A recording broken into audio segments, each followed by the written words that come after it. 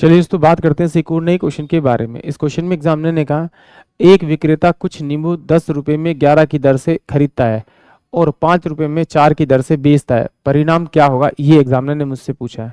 तो देखिए इस क्वेश्चन को करने के दो तरीके। एक तरीका तो यह है कि आप यहाँ से एक नींबू का कॉस्ट प्राइस निकाल लीजिए यानी क्रय मूल्य निकाल लीजिए और एक नींबू का विक्रय मूल्य निकाल लीजिए।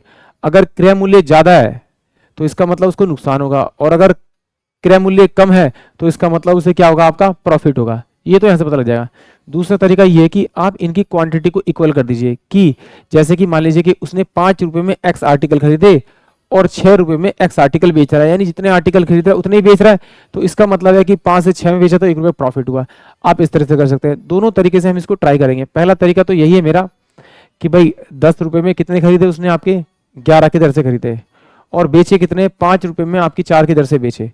तो इन दोनों का अगर मैं एलसीएम लूंगा, लघुत्तम लूंगा, तो ये कितना आएगा मेरे पास 44 यानी कि टोटल वो 44 खरीदेगा और 44 बेचेगा तो मुझे एक्यूरेट प्रॉफिट आ जाएगा। बट देखिए ये कितने खरीदे इसने 11, बट खरीदने कितने 44, तो इसे किससे मल्टीप्लाई करना पड़ेगा, 4 से, क्योंकि मुझे क्वांटिटी बराबर करनी है।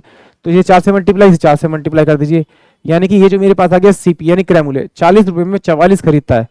तो अब इस 4 को 44 बनाने के लिए किससे मल्टीप्लाई करना पड़ेगा, 11 से, तो 11 से इसे मल्टीप्लाई करते हैं तो ये आ जाएगा 55 रुपए। 55 रुपए जो आया वो एसपी यानी विक्रय मूल्य आ गया, यानी कि 40 रुपए में वो 44 खरीद रहा है और 55 रुपए में 44 बेच रहा है। तो इसका मतलब उसको अंतर कितने का मिल रहा है, 15 रुपए का। और 15 रुपए का क्या है इसका प्रॉफिट, प्रॉफिट अपॉन में क्रय मूल्य यानी सीपी इनटू में 100 करूंगा तो ये मेरे पास में कितना आ जाएगा, आपका 5 तिया 15 और 5 अट्ठे 40, तो 2 और ये 25, 25 तिया 75 बटे में आपका 2%, तो ये कितना होगा आपका 37.2% का इससे क्या होगा, आपका प्रॉफिट होगा।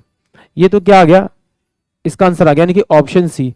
अगर कोई बच्चा इससे नहीं करना चाहता है, जिसका बिल्कुल बेसिक ही बिल्कुल वीक है, वो क्या करेगा, वो एक नींबू की वैल्यू निकाल के करेगा। तो इसे एक वैल्यू की नींबू से भी हम लोग कर लेते हैं, यानी कि ये मैंने माना कि ये मेरा सीपी यानी क्रय मूल्य होगा, ये मेरा एसपी यानी कि विक्रय मूल्य होगा।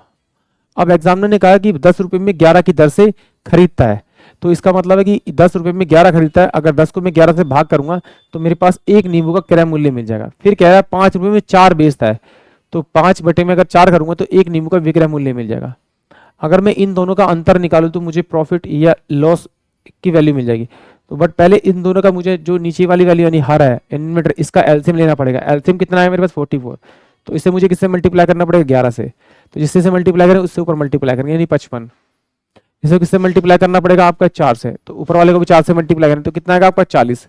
40 रुपए में खरीदा और 55 में बेच रहा है, तो इसका मतलब 15 बटे में 44 का उसे क्या हो रहा है, आपका प्रॉफिट हो रहा है। अपोन में कॉस्ट प्राइस कितना है 10 बटे में आपका 11 इनटू में 100 करेंगे तो ये वैल्यू ऊपर चल जाएगी, ये वाली वैल्यू इससे मल्टीप्लाई होती है और ये वाली वैल्यू उससे ऊपर मल्टीप्लाई होती है, यानी 15 इंटू में 11 बटे में 44 इंटू में आपका कितना 10 और इंटू में कितना आ जाएगा आपका ये 100, तो 11 और चौक 44 हो जाएगा। इससे ये गया आपका 2 दूनी 4 होगा, 2 पंजे 10 होगा, 15 पंजे 75, 75 बटे 2%। सोल्व करेंगे तो यही आएगा मेरा 37.5%। आई होप आप सभी क्वेश्चन समझ में आया होगा।